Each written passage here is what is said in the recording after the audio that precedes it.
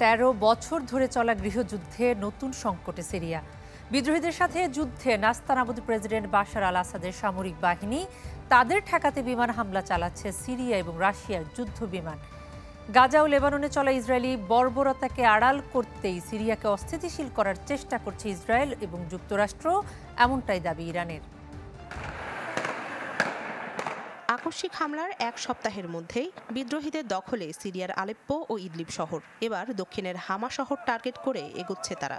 বেসামরিক এলাকায় বিমান হামলা বন্ধ করা, সরকারি সেনাদের দখলে থাকা এলাকা পুনরুদ্ধার ও রসদ সরবরাহ বন্ধের লক্ষ্যে লড়াই করছে বিদ্রোহীরা, যার নেতৃত্ব দিচ্ছে হায়াত তাহরির আল শাম বা HTS গোষ্ঠী।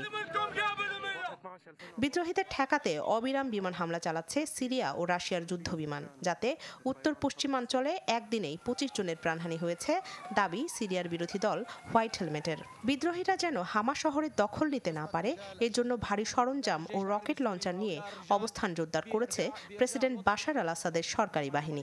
কয়েকটি স্থান থেকে বিদ্রোহীরা পিছু হটেছে বলেও দাবি তাদের। এদিকে চলমান পরিস্থিতি নিয়ে যুক্তরাষ্ট্র ও তুরস্কের পররাষ্ট্রমন্ত্রীর মধ্যে হয়েছে ফোনালাপ।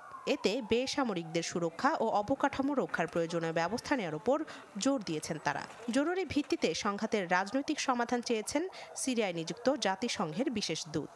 উদ্ভূত পরিস্থিতিকে মধ্যপ্রাচ্যে অস্থিতিশীলতা তৈরি করতে মার্কিন ইসরায়েলি পরিকল্পনার অংশ বলে দাবি ইরানের। দেশটির পররাষ্ট্রমন্ত্রী আব্বাস আরাকচি জানান, গাজা ও লেবাননে চলা ইসরায়েলি বর্বরতা থেকে দৃষ্টি সরাতেই সিরিয়ায় সংঘাতের মাত্রা বাড়ানো হচ্ছে।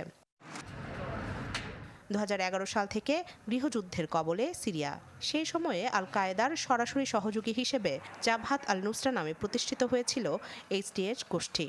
তবে 2016 সালে প্রকাশ্যেই আল কায়েদার সাথে সম্পৃক্ততা ছিন্ন করে HTS নাম করেন সংগঠনটির নেতা মোহাম্মদ আল জাওলানি।